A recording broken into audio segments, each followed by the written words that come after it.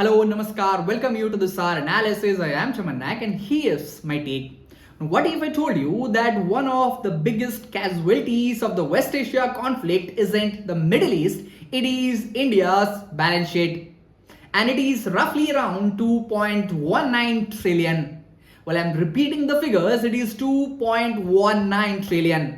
That's the amount of India's state-run oil companies have absorbed by selling fuel below the market-linked costs. And here's what makes the story geopolitically significant, because it isn't merely about oil, it is about how wars thousands of kilometers away can quietly reshape your financials, one of world's biggest, fastest growing economies. Let's dig it out. Now here's what evidence speaks about. According to India's Ministry of Petroleum and Natural Gas, the public sector oil marketing companies have accumulated 2.19 trillion in under-recoveries through June 30th. Well, during the first quarter of financial year 2027 alone, this under-recoveries stood nearly 1.89 lakh crore, that led overwhelmingly by diesel, followed by LPG and petrol. Well, the government says these losses were driven by elevated global crude oil prices during the West Asia conflict. Even in the domestic, fuel prices remain relatively stable for the Indian consumers. Well, in simpler terms, the companies paid the international prices but sold at the domestic prices. Now the question arises, why this matters? Well, this is not just an accounting story as sure, it reveals the hidden cost of the energy security. Well, India imports nearly 85% of its crude oil, making every geopolitical shock in West Asia as an economic event in New Delhi.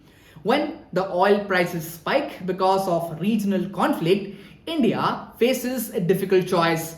Either consumers pay the higher fuel prices immediately, or the state-run oil companies absorb the losses to protect the household inflations and economic growth. During this time, the policymakers chose the economic stability over corporate profitability. Well, that decision helped to prevent the broader shock inflations, but it transferred the financial burden to its public sector balance sheets. Even though the crude oil prices have fallen now from $120 to nearly $72 per barrel, this under-recoveries continue, particularly on the subsidized LPG cylinders. And this impact doesn't disappear overnight, it will be forever. Now here's the bigger picture. This episode highlights a deeper geopolitical reality. Energy has become a much strategic weapon as a commercial commodity. Now the conflict in the West Asia affects the financial seats for sure. Oil prices increasingly shape our interest rate, government spendings, political decision, and all the major decisions during the major economies.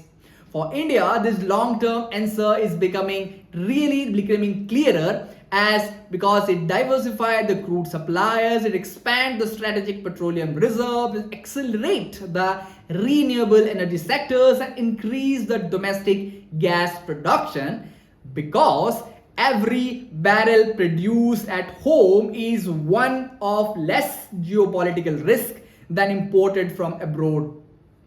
Now here's my take. 2.19 trillion figure should not be viewed simply as a corporate loss. It is the financial cost of insulating 1.4 billion people from global geopolitical volatility. Well, the real question isn't whether this company can absorb these losses or not. The real question is whether the energy dependent economies can continue shielding consumers every time where the global conflict sent the oil markets into turmoil. Because we all know in today's world, the price of fuel is no longer determined only by the supply and demand, it is increasingly determined by the geopolitics. Well, that's all from today's analysis. I will be back with another episode. Till then, thank you for watching this.